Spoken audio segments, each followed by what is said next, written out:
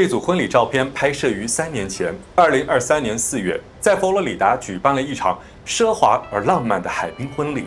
现场的宾客是众多的地产巨头和社会名流，而婚礼的主角是奥伦、亚历山大和卡米拉·汉森。卡米拉是来自巴西的顶级超模，而奥伦在纽约地产界享有摇滚明星般的赞誉。他是贝索斯、金卡戴珊等一众巨富名流的房产经纪人，操盘过2.38亿美金的天价豪宅交易，更曾被评为纽约市最炙手可热的单身汉。这组照片很快登上了 Vogue 杂志，在网络上引发了一场热烈讨论。不少年轻女性表示出对梦幻婚礼的憧憬，也希望能有一位奥伦这样事业成功、外表英俊的完美伴侣。但就在婚礼的1年之后，奥伦被逮捕了。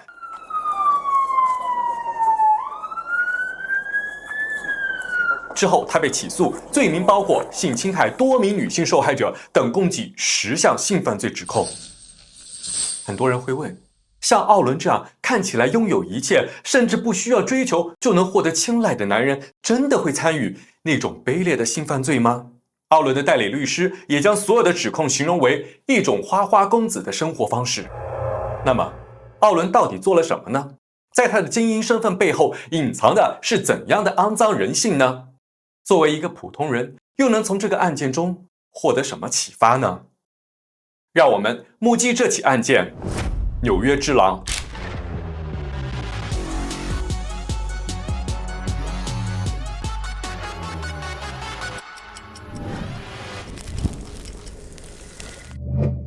大家好，我是目击者云奇，欢迎订阅我的频道。我们目击黑暗人性，可以更清醒生活。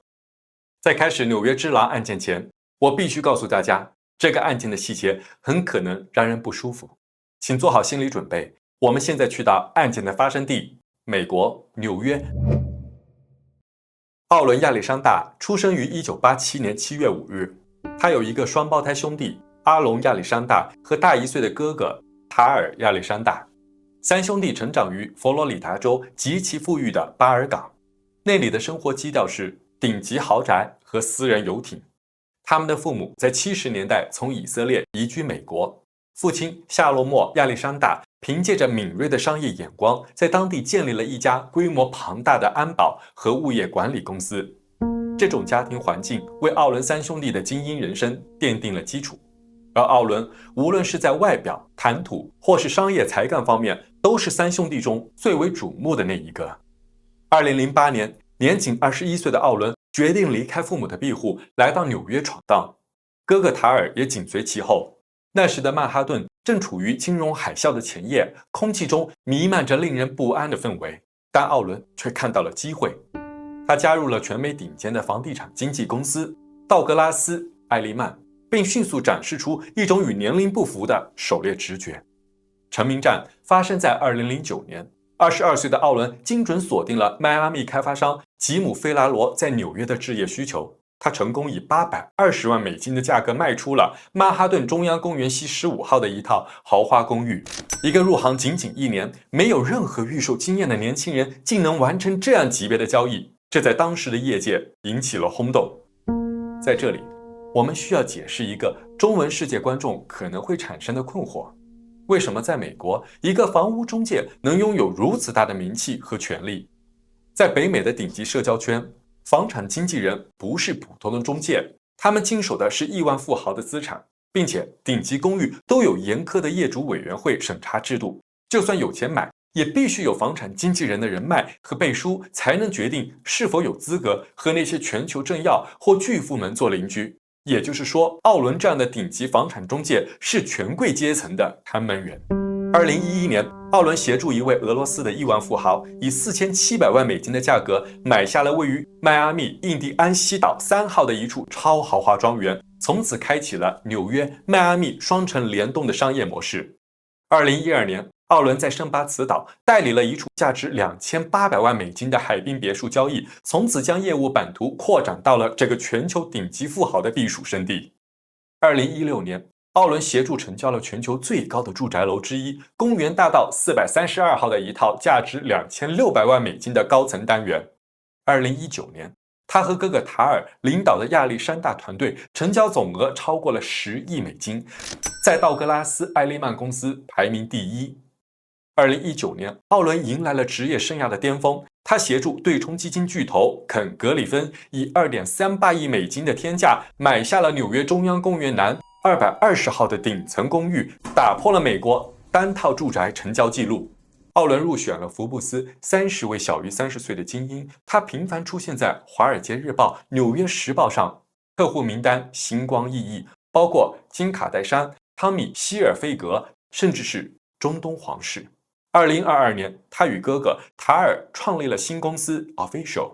他意气风发地表示，自己的公司只服务于真正的顶层客户。2023年4月，奥伦和名模卡米拉在约会了2年之后，举办了盛大的婚礼。介绍奥伦的这些所有成就，并不是要给他洗白，是当我在研究他的职业轨迹的时候，我想知道，在这样成功的人生中，他是在哪个时间点开始那些疯狂的性犯罪的？结果让我非常惊讶。奥伦的起诉书中提到，他的犯罪史整整横跨14年，也就是说，从搬到纽约工作，他的性犯罪生活也同步开始了。根据化名为1号受害者的证词，2008年他只有20岁，正在寻找机会进入地产圈。奥伦当时已经进入了道格拉斯·艾利曼公司，他展现出行业导师的形象，以看业绩并提供职业建议为由，诱导受害者去到他家。那是一处在曼哈顿的高层公寓，在那里，他毫无预兆地展开了侵犯。过程中，他用手死死掐住受害者的脖子，让受害者几乎无法呼吸。暴行结束后，奥伦很快恢复了精英经纪人的面孔。他若无其事地拨打了工作电话，用一种极其专业且平常的语气和客户谈论业务。挂断电话后，他转向还处于赤裸并崩溃状态下的受害者，冷冷地发出命令：穿好衣服赶紧滚，别弄脏了我的地板。2012年，4号受害者受邀参加了奥伦组织的私人聚会。他喝了奥伦给他递来的一杯鸡尾酒后，意识遭遇了恐怖的瞬间切换。受害者对当时的场景描述是：前一秒我还在灯火通明的客厅中，下一秒我就像被关掉了开关。当受害者从眩晕中清醒，发现身边是同样赤裸的奥伦，他立即明确表示自己不想发生性行为。奥伦冷笑地说道：你已经做过了。之后，奥伦违背了他的意愿，再次强行和他发生了关系。受害者仍处于半麻痹状态，无法进行任何有效的反抗。2016年夏季，纽约曼哈顿，一名年轻模特受奥伦邀请前往其住所讨论品牌合作资源。他在喝下奥伦准备的一杯鸡尾酒后，经历了同样的开关式断电。凌晨4点，他惊醒过来，发现奥伦正在对自己实施侵害。但即便他的意识已经醒来，身体却依然感觉异常沉重，无法在第一时间推开奥伦。2023年初，在曼哈顿的一次社交活动中，奥伦以展示非公开项目为由，诱导一名女性前往其位于曼哈顿的私人办公空间。进入该私密空间后，奥伦为受害者递上了一杯饮品。受害者饮用后，在极短时间内遭遇了断片，意识迅速陷入了黑暗。几个小时后，当他逐渐恢复知觉时，发现自己遭到了奥伦的侵犯。而2023年这个案件的时间点，距离奥伦那场即将举行的梦幻婚礼仅仅只有2个月的时间。我们再来看看这组婚礼照片，你能想象这个笑容的背后是个如此可怕的男人吗？特别值得注意的是，前面这些受害者都提到了，在喝了奥伦递来的饮料之后，意识像被按下了开关一样迅速断片。在医学证词中，这被解释为 GHB 造成的顺行性遗忘。GHB 常常出现在这一类的案件中，它的俗称是迷奸水。无色、无味、无嗅，极易混入饮料中。它在人体内的作用极快，能迅速抑制中枢神经系统，导致服用者在短时间内产生眩晕、丧失意识和记忆断片。这也揭示了奥伦的作案手法。将受害者诱骗到他能掌控的私密空间，再利用药物让受害者陷入无力反抗的状态，随即进行侵犯。奥伦被司法机关定案的犯罪史长达14年，这个过程中，他的家人、父母、兄弟有没有发现他的罪行呢？奥伦的哥哥塔尔，他和奥伦一起在纽约生活，在同一个行业、同一家公司，他怎么可能不知道奥伦的罪行呢？事实上，他是奥伦最疯狂的犯罪同谋。2012年秋季，受害者安吉丽卡和他的朋友在曼哈顿的一家夜总会结识了奥伦和塔尔兄弟，随后两兄弟以去家里继续喝酒为由，将他们带回了位于 SOHO 区的公寓。进入公寓后，受害者安吉丽卡的朋友察觉到了氛围诡异，设法逃到了走廊，而安吉丽卡则被奥伦和塔尔关进了狭小的浴室里。塔尔对安吉丽卡实施了极为暴力的侵犯，而更变态的是，奥伦全程在场协助，他不断进行言语羞辱，并在塔尔结束后也对安吉丽卡施暴。那么奥伦的双胞胎兄弟阿隆呢？先简单介绍一下阿隆。他没有像两个兄弟一样进入房地产行业，而是留在了迈阿密，接管了家族企业肯特安保公司。他掌握着一支超过1500人的专业安保力量，业务不仅限于迈阿密，就连纽约最顶级的豪宅区也有他的业务。没有意外，他也是这个兄弟犯罪集团的一员。2012年6月 NBA 总决赛期间，塔尔邀请了年轻模特凯蒂·摩尔前往演员扎克·埃弗隆位于曼哈顿的公寓参加看球聚会。在顶级巨星的光环背书下，凯蒂完全放下了戒心。这里要特别说明的是，扎克·埃弗隆没有被指控有任何不当行为，只是奥伦兄弟利用了他的名人光环。当时凯蒂在派对上玩得很开心，比赛结束后，他跟随奥伦兄弟前往曼哈顿肉库区的一家夜总会继续派对。在这里，他喝下一杯鸡尾酒后，很快不省人事。在醒来时，阿隆赤身裸体地站在他的面前。凯蒂惊恐地试图逃离房间，但阿隆利用体型优势堵住了出口，并冷冷地告诉他：“你哪里也去不了。”然后，他对凯蒂实施了暴行。在这期间，塔尔和奥伦都曾推门进入房间，和阿隆进行交谈，甚至嘲笑凯蒂的哭喊声。这个案件中还有一个让人毛骨悚然的细节：当凯蒂被阿隆挡住逃离的出口时，他哀求阿隆放他走，并明确表示不想发生关系。阿隆说：“你已经做过了。”这句话反复出现在多个案件中，三个兄弟都对受害人说过。为什么呢？心理分析家指出，这句家族经典犯罪台词，首先是给犯罪人自己洗脑，强调继承事实，在言语上把强暴洗白成了一场普通的性接触，然后摧毁受害人的精神防御，让受害人陷入自我怀疑中。难道真的是我喝多了主动的吗？我是不是已经不干净了？这句话进一步展现了三兄弟的作案手法。对受害人下药施暴，在受害人清醒后进行精神摧残，然后再一次的施暴。而奥伦三兄弟的亲密朋友们也是犯罪同谋。证人阿瓦·贾纳德讲述了发生在2009年5月的暴行。当时在汉普顿的一处度假屋中，他亲眼看到奥伦和一个同伴拖着一名已经完全无法独立行走、神志不清的年轻女性走向室外泳池。贾纳德听到了那个女孩发出凄厉的尖叫声，并绝望地哀求着。他在极度的愤怒下，用眼线笔在奥伦的卧室门上写下了“强暴犯”和“你需要道歉”。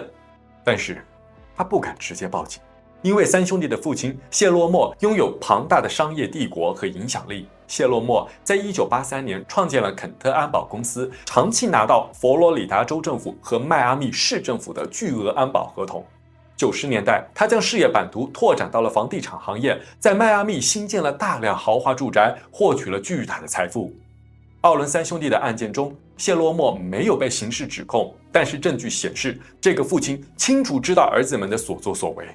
早在2009年，一个指向奥伦兄弟的爆料帖出现在了网络上，引发了小范围的讨论。但不到24小时，谢洛莫就动用肯特安保公司的法律资源，将这些帖子抹除。他在给儿子们的邮件中这样写道：“做干净点，不要在同一个地方留下2次痕迹。”政府机关关联的安保公司创始人，居然亲自指点儿子们犯罪，这完全就是一个罪恶家族。当我们把这三兄弟的照片放在一起时，我觉得大部分人会认同，大哥塔尔长得真的不怎么样，眼神里更是带着一种连环杀手的气质。但是奥伦明明仪表正常，为什么他不能像一个正常人一样去约会恋爱呢？这来自于他内心深处病态的控制欲望。对于奥伦而言，性只是载体，真正让他满足的是一种绝对的权力感。我想要，你就必须给。有2个案件解释了他的扭曲内心。2012年时，奥伦参加了一档名为《纽约豪宅》的节目试镜，他试图成为真人秀明星，但因为表现得过于自负而没有被节目组录用。一位女性在那个时刻遇到了奥伦，地点是曼哈顿的一家高级酒吧。奥伦表现出极度的愤愤不平，他一边倾诉自己落选节目的痛苦，一边又吹嘘自己是如何的成功。这名女性抱有对奥伦的同情，接受了和他回家再喝一杯的邀请，结果刚到奥伦家中就被侵犯了。奥伦将节目落选的愤怒疯狂地发泄了在他的身上，而吹西·图特入选了这个节目，并因此成为了真人秀明星。他在2014年前往纽约出席活动时，奥伦向他发出了邀请，参加一个高端的私人晚宴。在晚宴上，吹西喝下了一杯奥伦递来的鸡尾酒后，失去了意识。之后，他在半清醒的状态中感觉到自己受到了侵犯。崔西并不是一个普通人，但奥伦仍然没有放过他。一个节目试镜的失败，至少直接引发奥伦犯下了2起案件。他和所有的控制狂一样，极其自负，也极其自卑。他无法接受任何形式的失控感，即使拥有出众的外表、大量的财富和名气，内心却依然脆弱。任何拒绝都会伤害他的自尊。所以，他跳过约会恋爱的不确定感，通过把女性当作无意识的物体来获取绝对的控制权力。2024年，奥伦3兄弟终于落网，而当案件在2025年开始审理时，公众才震惊地发现，前面我们提到的那些罪行仅仅是冰山的一角。